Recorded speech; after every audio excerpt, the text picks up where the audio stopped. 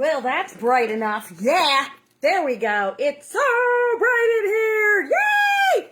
Hello, yes, it's Alison Arngrim. Who's going to do the cooking? Yes, we have a knife. I have a bowl. I have things. So, no, not right. Wait, hang on. Yeah, you're there. Okay, good. We're good? Yes, we're good. Hi. Okay. Do. I have to check one thing. Hang on. It's fine. Yes? Can you all see me? Am I here? It's good. It's working. It's great. Thank you. Okay, so, what are we doing? We're making a roast chicken. What? Yes, we're making a roast chicken, which is not as hard as it sounds. I have a chicken. Here. Here, Mr. Chicken. This is a really big chicken. This is a bigger chicken than I was planning on making. Usually when I make a big chicken, roast chicken, I use like a beat up little tiny old fryer. This is a roast is like a huge chicken, so it's going to take a long time in the oven. I made one earlier, so it's fine. But get yourself a chicken. That's like the hard part. And what you want is a roasting or frying chicken, a whole one. Now, what do you need to roast it in? You need a pan. I have taken a pan and I've covered it in foil because everything is a mess and disgusting and I don't want to clean it all up. When I cook my Thanksgiving turkey, I have a special roaster for that very purpose, and so it's like fine. But for this, you can use a smaller household pan. You can even put it in a glass roasting dish, which for metal is better. But if you take a metal pan, like even a big deep cake pan, a roasting pan, cover it with foil, then you have less cleanup. Or you can buy a real roasting pan, like people do. So, I have already washed this chicken. You don't use soap, you just rinse it off in the sink. It says wash the chicken, rinse it off in the sink. Now the dicey bit is there's often giblets. Ew, giblets. Sometimes they give you the giblets in a cute little paper bag, which is really nice of them. You open it up and there's a little bag with the giblets. I really prefer when that happens. It did not happen with this particular bird.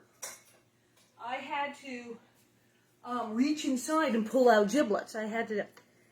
metal better than glass because we're going to get really hot. It gets really hot, and sometimes the glass, if it's not like super strong, just Pyrex can take it. Sometimes the glass also, when the juices stick, or that is hard to scrub off, I'm telling you. Now, giblets, I have put them in a pot. This is so weird. Giblets are these things. I threw them in a pot with water and boiled them for a while. This makes really good broth, which you want in the stuffing and in gravy. Now, when we do the turkey for Thanksgiving, Bob slices them up. You can cook the giblets. You can slice them up really, really tiny and cook them in butter and then put them in your stuffing. Very fancy. Some people also just will cook them and eat them. They will fry them and eat them. I like to boil them and make super strong, rich broth, which is just awesome. So we got the giblets out. We rinsed this sucker off. It is now a chicken! Yay! So, we're going to stuff the chicken. I'm stuffing this little guy right here in the pan. That's because we're trying to show how easy it is. Obviously, with an enormous bird, a turkey, there's the whole stuffing it and tying it up and putting it in the pan. A little more effort. But we're going for simple here, and the reality is, I dropped my tinfoil. Oh, no. You don't drop your tinfoil. You can stuff it in the pan. It's fine. So, stuffing. Where does stuffing come from? Now, this is what's great, is a lot of people think that just move my turkey over there. Stuffing is hard. No. Stuffing is easy. Stuffing is, the idea is you're supposed to clean out the fridge and just shove some stuff in there. It's to keep the bird moist. It's bread and vegetables to keep the bird moist and impart flavor. That's what it's for. So all that stuff about don't stuff the bird or put the stuffing in a plastic bag, I don't do that. Because the idea of stuffing is that something moist is in there and it's imparting spices and things. It's beautiful. But you don't need fancy things. You can buy stuffing mix. Or you can go traditional, which is old bread. Now, so for my stuffing, loving this, bread. Look. This is nice 12 grain Oro wheat. It's delicious. I am literally going to just tear this up and throw it in a bowl. Abra freaking big chunks. Maybe that's a little big. There we go. I'm going to tear it up into medium-sized chunks of bread. That's it. Just old bread. Stale, obviously, if you can get it. If you have some old bread, you're like, dude, it's not moldy, but we can't eat this. It's really stale. There you go. You know what's really great for stuffing? Old hot dog buns. You have hot dogs and buns, and then somehow there's like, you want to go, why are there 2 buns in the freezer that have been here for weeks? Why are there old hot dog buns? Old hot dog buns. This one's good too because it's like a sweet brioche flavor. So this will be yummy. I am tearing up an old hot dog bun. Well, here's a nice whole wheat one. Old hot dog buns. Took them out of the freezer. Tear them up. So now we have a big pile of torn up old tired bread. But how is that stuffing? How is this old tired old bread turned into stuffing? Well, we make it taste like stuffing because we add spices.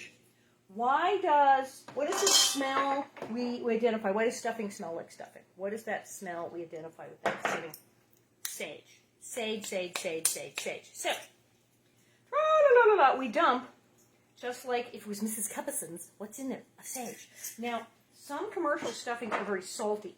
I don't really put a lot of salt in. You might want salt. You may want salt. Like the Ingle. Salt! I don't want much salt. You may want salt because commercial stuffing is really salty and you're going to go, where's my salt? So I've just dumped about poultry seasoning. Yep. If you look at the ingredients in the poultry seasoning, they're pretty much the same as what's on Mrs. Cupperson's commercial stuffing. So that's what you want. There you go. Say, we'll put some poultry seasoning. Oh, we're going to put some Italian. Where's the Italian? There it is. Italian seasoning. We're going to put some Italian seasoning in here. La of that. We're going to be careful. We're going to put a little peppery stuff. Trader Joe's 21 seasonings. Not too much. I get crazy and I overdo it, so I have to go crazy. Don't go crazy. Garlic. You can cut up garlic. You can chop garlic, or you can use, the chopped garlic that comes in the jar from the store. Whee! Garlic. Yes, put garlic in your stuffing. Chop up a couple cloves or use this stuff. Bob puts a lot of garlic in. He's half Sicilian. We make a turkey dressing. He does this thing. It's got garlic. It's got the giblets all cut up and sauteed. And he puts in pine nuts and currants. It's epic. You don't have to do all that, but you can. So now we have spicy bread. Lovely. Then what happens? The classic celery. Good old celery, ordinary celery. You chop it up. Little pieces. You chop up your celery. I do it by the handful. The recipe, like with the stuffing, will often say a box of stuffing, like 2 cups. I put way more than 2 handfuls. I put several handfuls. Oh, look, I have chopped onions. Basic ingredients for stuffing: bread, celery, onions. Bread, celery, onions, spices. Oh, look, onions. There we go. Oh, there, done. Put a lot more. Put more celery in. We'll make extra stuffing. It'll be great. Ooh, you can mix with your hands at this point because there's no broth or butter or anything in here yet. It's just bread and stuffing. Now, already, it's starting to look a little like turkey stuffing. Ta-da! Now, I get crazy. When I stuff a chicken, I like to put apple. Apple? So I have here, this is really good, the tart green, also the sweet red. I'm going to use this one because, again, it's about using up stuff that's laying in your fridge. Like this apple's seen better days. I'm going to peel it. You don't have to peel it. You could eat it with the peel on it. But it gets cooked and it gets weird. So I am actually going to peel it. Look, I have a vegetable. I'm going to tilty so you can see what I'm doing here. Tilt to whirl. So I'm actually going to throw it in. Very careful. Don't cut yourself. Vegetable peeler. Peel. It doesn't have to be perfect because it's just going to get chopped up and shoved in a bird. So you just want to get most of the peel off. Like that. Done. Ta-da! That was not hard. Then, I'll move that knife. I don't want the core in there. That would be weird because there's seeds in a stem and you would like bite them and swallow them and it would be strange. So we're going to put that aside. And I throw my core away. Maybe you're composting. Now, you put it in a compost heap. Maybe you have someone who will eat the core in your house. Chunks. Look how big these pieces are. We are doing chunky, big chunks of apple. Whee! In it goes. That's plenty. We could put more in. What the heck? I don't know. This looks pretty darn good. A little more celery. I love the celery. Now, what happens to make this moist? Because the whole point of this, the whole point of stuffing, is to keep your bird moist. And to make there more good things to eat at the table so that you're like, look, we have stuffing. So one of the things we're going to add,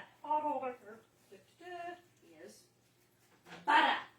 Yeah, this is not a look. This is melted butter. I melted butter. You add melted butter. Not a lot. This is like almost a whole stick. Just a little bit. Just a little bit. A little bit. Drizzle. Drizzle, drizzle. Drizzle, drizzle. Not the whole stick. There you go. About half. That's plenty. That is plenty.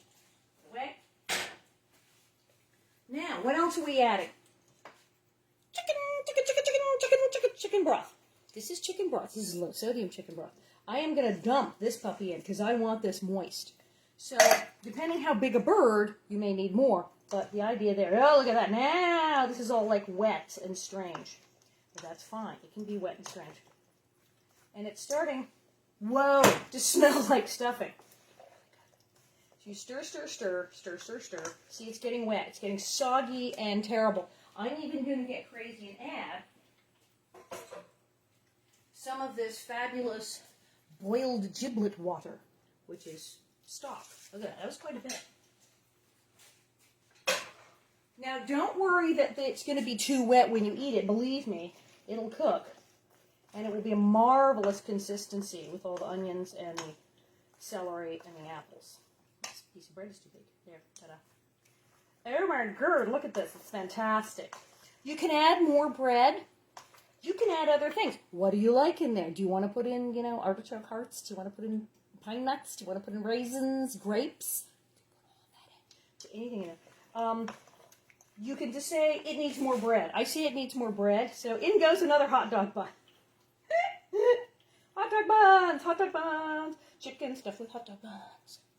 Yeah. Now, eggs. I've seen people say egg. Indeed. Many people put in a beaten egg. And that sort of has it clot and hold together and makes for a very firm stuffing that will come out in big chunks. I don't really do that often. I've done it, but I'm like, don't really need it. Also, people are always wailing and weeping about, oh my God, if I eat the stuffing, I'm going to get food poisoning. No. First of all, you want your bird cooked. You've got to make sure the poor thing is, in fact, thoroughly cooked. Then there's not a problem. But if egg, things get weird. And you really got to make sure it's cooked and worry about food poisoning. But I don't put egg in it.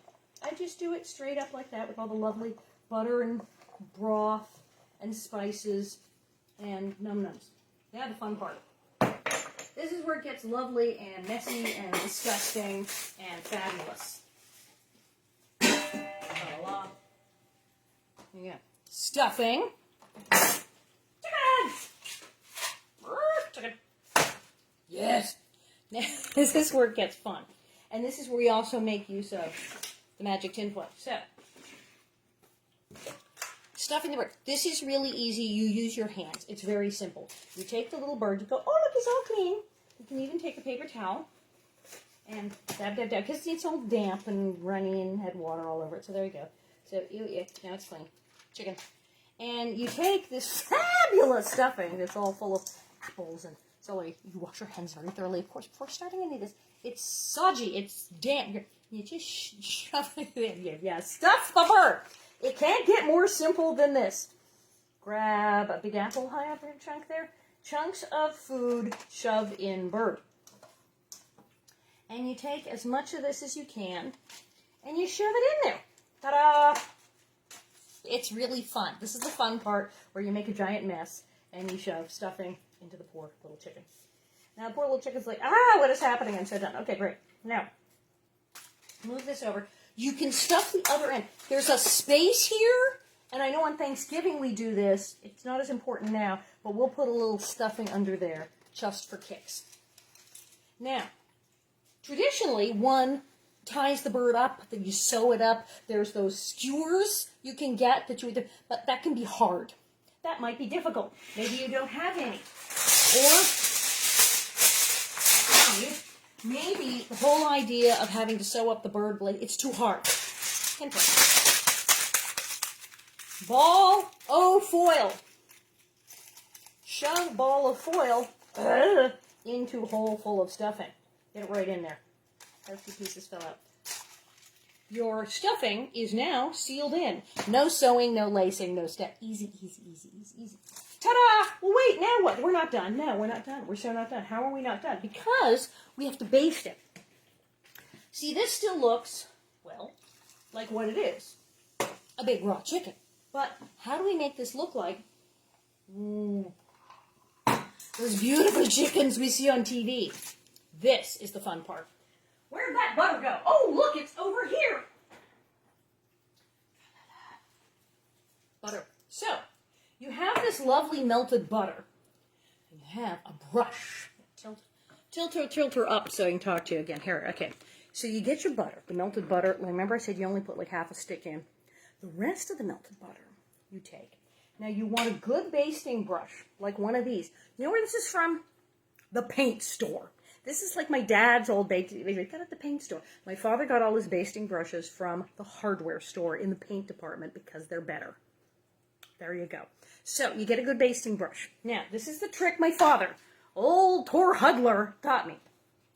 Here is your miracle. Your two greatest miracle ingredients are Reynolds Wrap and Kitchen Bouquet. Reynolds Wrap, Kitchen Bouquet are the two greatest things for making chickens and turkeys. Got your ball of foil. Ooh, this stuff, which comes in a brown bottle with a bright yellow label, you can find it in the store in like the spice aisle. You add just a drop, just a little tiny bit, boop, like a capful, to your melted butter. What? Stir, stir, stir, stir, stir, stir. Now I have this very messy butter mix with Kitchen Bouquet, and it's very dark. What are we going to do? We're going to paint. We're going to paint. I like, that's not a basting brush. That's a basting brush. Exactly, exactly. Oh, a serious basting brush. All right. Bird, bird, bird. We're going to paint it. We're going to stain it like a deck. We're staining it like a deck. Look at that. How pretty is that? Stroke, stroke. And if you have some brush strokes on there, it's okay. You can also decide how dark you want to make it. Maybe more butter, less Kitchen Bouquet, depending how dark. Don't go too dark. It shouldn't be like pitch, you know, here. Now, you can go underneath. The reason this stuff is good, it literally seals in the juices. I'm not kidding. It seals stuff in. Dab, dab, dab. Go under here, go dab, dab, dab, dab, dab, all the way underneath. It, you know, of course, it makes great flavor in the juices for the gravy, but it also seals stuff in, and the juices stay in the birdie. Stay in the birdie. Dab, dab. More dabbing. Yay. Dab, dab. Plenty around the edge here. Ooh, not too much. Ooh, get in there, little ball of foil. Stay, little ball of foil. There you go. And what you want is it's a light color, a light brown. You want it to be all over a nice, even, light brown. But what's really great, like especially at Thanksgiving when we do the turkey, it looks like it's already done. Look at that. It almost looks like it's already done. It's like one of those turkeys, it's like in the commercials. Oh, look, it's like it's already done. Now what do? We put it in the oven, but we're going to put it in the oven kind of hot to start. I have I'm going to start this at 400 degrees, 415, 400. But you only do it for like 10 minutes. 15 tops, 10 minutes at 400, and then you turn it down. 350, 375 maybe, 350 is good. And you do 20 minutes per pound, which can be a couple of hours if it's a big bird. It's a little tiny 3-pound bird. Hey, it's an hour. But it can take a while. So it's going to take a while, which is why we have a second one. So we've made it all beautifully basted. Now here's the fun part.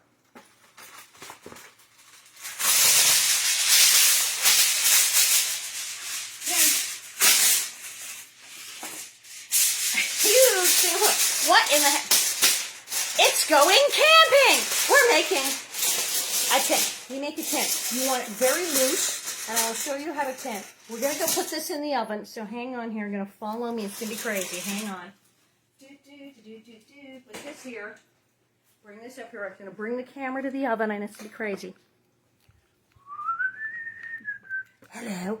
Hello. Going to tilt-a-whirl, tilt-a-whirl, tilt-a-whirl. Tilty. Look, it's an oven. So we're going to take this thing. It is way hot. And we're going to do pot holders, because we're not completely crazy. So, pot holder. And we're going to open up the incredibly hot oven. And we're going to put the incredibly gorgeous, lovely basted stuffed bird in the oven. Now, we're going to do the really crazy thing. Foil it in.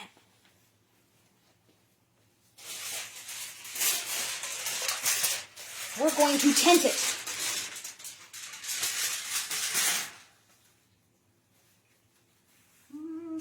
Okay.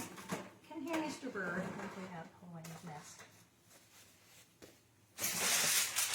We're not going to seal it in. It's loose. In fact, this is fun because it's not that big a pan, and I have more oven around.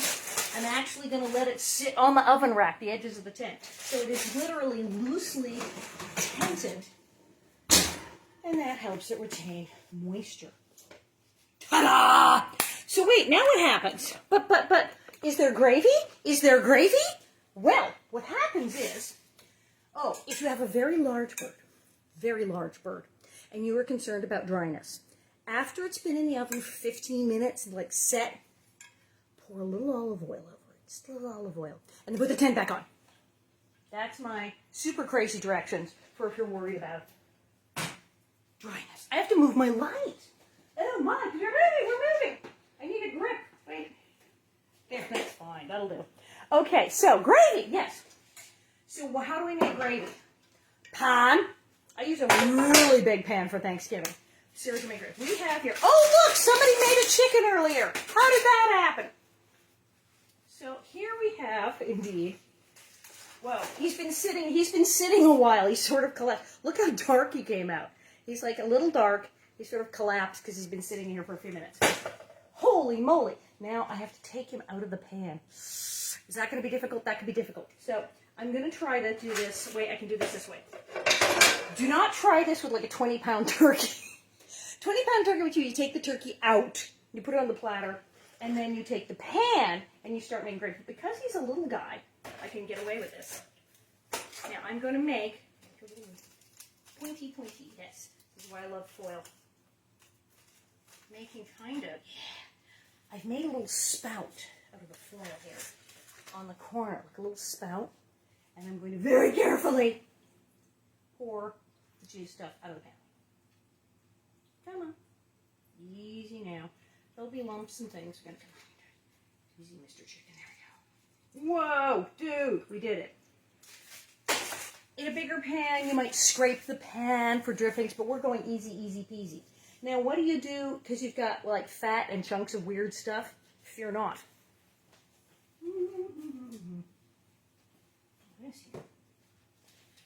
This thing! It's hilarious. Carefully, over the pot, literally going to pour this in here. Huzzah! It caught all of the weird stuffing bits and things. And this is here. And I'm going to let it sit for a second. And it's going to like make all the fat float to the top. And then like strain it. Genius! Yes. The hours and hours that people used to take making gravy, having to get out the bits and pieces and get the fat out. It all happens like instantaneously with this magic thing. Oh, look, it's happening already. Fat's going to the top. Fat's going to the top. Yeah. Okay. Now what it does, because it kind of pours from the bottom, I'm going to go slow and get chicken juice with not quite so much fat. But I want a little fat. That's okay. We can have a little fat. All right. Because you actually, remember white sauce when we showed you the white sauce with the butter and the flour and the milk? You need a little fat for gravy to thicken. So now what happens, that doesn't look like, I'll put some heat under that, very much gravy at all. What time did that bird go in? 12, great. Okay, keep an eye on it. So hence, oh look, broth. Here's the giblet boiling broth there. So now we have this totally fabulous turkey flavored stuff. A little more settled out there. Good. I'm tempted to taste it. Let's say it's cooked. Let's see. It's certainly good. Oh my God, that's good. Okay, I could like eat that. You want one of these. This is a baster. This puppy in the oven here, it's going to be in there because we're doing 20 minutes per pound. Ugh. With a turkey about every half hour or so. Keep an eye on it. Check it. Like I said, after like 10 minutes, we'll turn it down. You go in there and you go slurk, slurk, slurk. You go slurk. Oh, look. And you squirt it over the bird. This thing is genius. You don't get your hands dirty. You don't need to brush again. And you baste the bird. Every half hour. 40 minutes. Not too many times. I think I basted this twice. It was fine. Because of the foil tent. The foil tent, it's going to stay moist. It's going to be good. Meat thermometers. You'll hear about these. We've cooked this thing so long. Okay, the leg is like, hi, the leg just fell off. It's done, so I'm not overly concerned. But meat thermometers. If you're cooking something just to the point of doneness, you're not sure, you've never done it before, or it's a big turkey, and it could be raw in the middle, one of these guys. They're at any store, you get in the supermarket. They're great. And they even say, not only do they have like the temperatures, it'll even say, like on them here, turkey, chicken, beef well done, veal, ham, pork, like suggested temperatures. Now, they used to say chicken had to go like all the way up to like 160. They're now saying probably not quite. But you can stick a meat thermometer in there and see that it's at least at a safe temperature, that it has cooked, that it's not cold in the middle. And these things are great. These are great. So check your meat thermometer temperature. Look, boiling, boiling, boiling. So now what happens? Well, we want to make it thick. How do we make it thick? Another great invention. Putting flour in gravy. I'm going to turn you down. You're boiling so well. Stir, stir, stir, stir, stir. Putting flour in gravy is a daunting mission, as it were, because you get lumps, unless you use this stuff, because it doesn't lump up. You can't mess this up. If it's Wonder, you're not going to mess up. Now I'm still going to do the technical cheat. This is a great trick. Again, my father taught me this one. So I'm getting a little teeny tiny bowl, and I'm going to put a bunch of flour. So look at this stuff just comes out. It's like so granulated. I'm going to put the flour, and dump a little out, in the little teeny tiny bowl. I could, in theory, stir this into this stuff and it would thicken up and it wouldn't lump. But we're going to take this stuff, this one drop, I'm going to add water. How much? A tiny bit of water. Add the water. More. Yes, water. Stir. And it's kind of disgusting, but it's water and flour. Like you're making paste. You're going to make paste or something here. And you stir up your flour and water. La, la, la, la. Oh, look. And right there, you're getting the lumps out. There's no lumps because you've dissolved it already in water. Now, my father used to get really crazy, and he would cook the flour and water first. Because I didn't want the raw flour taste, which you really don't get with Wonder. It's great. But he would put flour and water in a pan, and he would actually start to cook that and like brown the flour. That's a really high-end operation, and we're not doing that. So I do like that I have a fork. Look at a fork in here. Oh, really good. So again, all the lumps out, lumps out, lumps out. I don't want lumps. That's why I put water in it. Water, water, water. Get dissolved. Dissolve. There we go. Ah, that's happening. There's a couple lumps. No, not anymore. And you want the whisk. The whisk. All the time with the whisk, because it's amazing. So this is already trying to turn into gravy. But now, I have Wonder flour, which already is highly lump resistant. And I've dissolved it in water. So now it's just a little bit. So that, like, really difficult for this to form lumps. And tilty, tilty, tilt-a-whirl.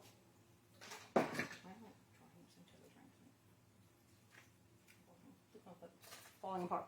All right. Did you know we were going to make gravy? Oh, it's crazy. All right. Now, this super not lumpy magic stuff here. Gently. I usually have my big metal pan. That's fine. Doesn't need to whisk. Very gently. Another trick. You can actually put this in here. Ha! What? Yeah.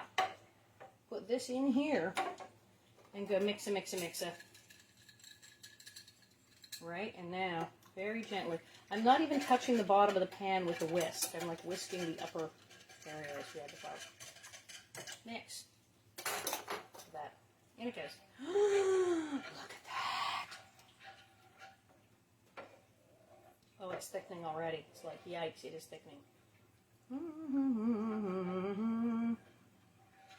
It's going to be so thick. I don't want to add any more. It's going to be too thick. Hot, hot, hot. And of course, the more you heat it, the more it thickens. It wants to get thick. I need a more scrapey thing. I have to use a scrapey thing. So right there, look at that. It's thickening already before our very eyes. It's trying to sneak a lump in on me, but we can see them. We can see them. We just take them out. There you go. Big lump. No one's really going to, like, sue you if you have a lump in your gravy. It's just flour. But it looks good. So look at that. Very smooth. Very gravy-like, the correct color. You could add spices. You can add wine. We often thin the gravy as we're making it. As we're making it, we'll sometimes thin the gravy out, adding things like more chicken broth, white wine, things like that. Usually the white wine is in it so long and so early in the process that it cooks out, and it's not like even a thing. Oh, by the way, it's 12:12. And this my chicken is so hot, I am turning this down to 350 degrees because I don't want it too hot. Look at that! Boy, yes. Don't get lumpy now. Whiskey, whiskey.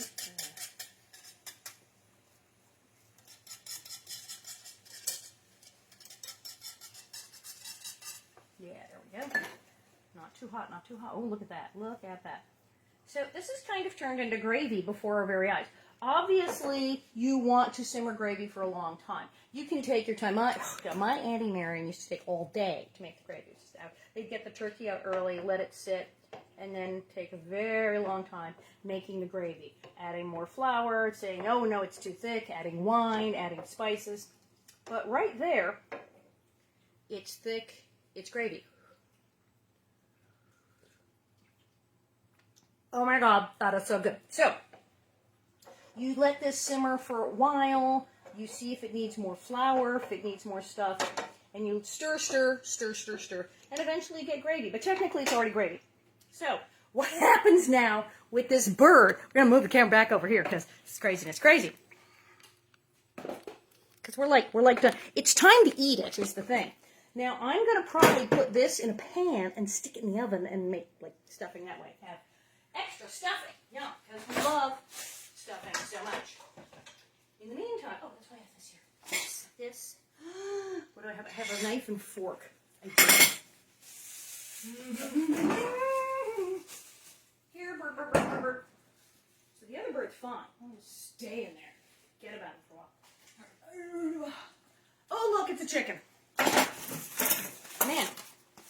Hello, Mr. Chicken. So now, what are we doing with Mr. Chicken?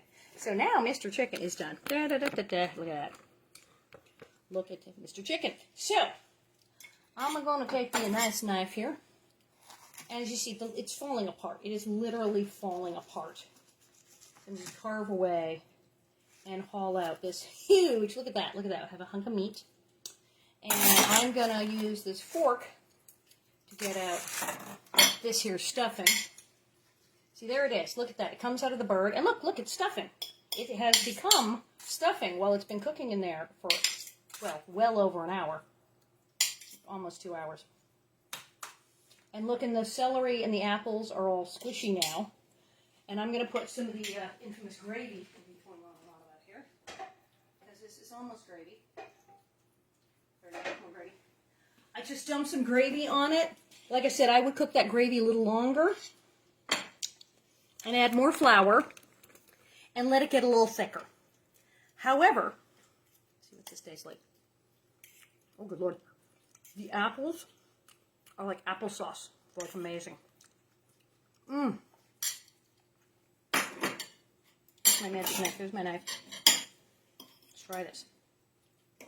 This chicken is falling apart. If anything, it was probably in the oven too long.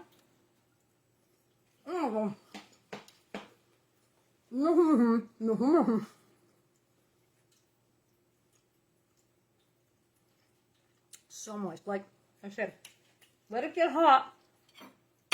you know, like 10 minutes at 400, 415, but then take it down, 350. 20 minutes per pound, usually a little less. Err on the side of less. Say, well, 20 minutes per pound, and that comes to, you know, 122 hours. Make it 145 and check it and use the meat thermometer.